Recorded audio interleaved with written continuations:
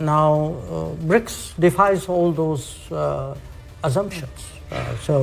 So it's not like the Commonwealth, it's not like the NATO, it's not like the G7. It's not like anything which had been conceptualized.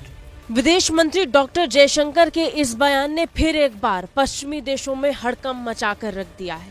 Bharat के विदेश मंत्री doctor Jaishankar ने इस बार BRICS के समर्थन में NATO, G7 और Commonwealth देशों का भी नाम ले लिया। विदेश मंत्री डॉक्टर जयशंकर ने उन तमाम संगठनों का नाम लिया जो किसी न किसी विचार के जरिए से एक साथ आए हैं।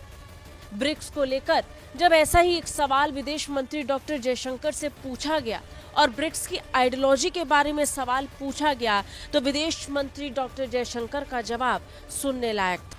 विदेश मंत्री डॉक्टर जयशंकर ने कहा कि वास्तव में ब्रिक्स संगठन बनाया ही इसलिए गया था क्योंकि पूरी दुनिया में कुछ चुनिंदा देशों, बड़ी शक्तियों के बीच ये भावना रही है कि उन्होंने नया स्थान किसी नए देश को नहीं दिया।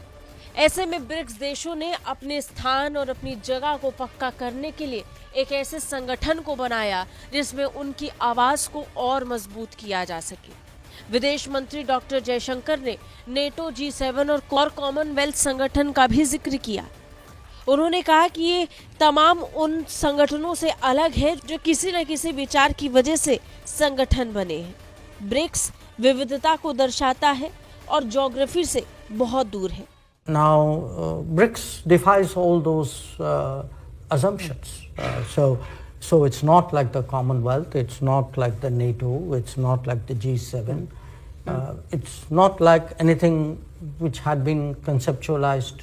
If I were to really look at what brought BRICS countries together, it was a sense among very major powers that they were not getting their due place or due share of global conversations and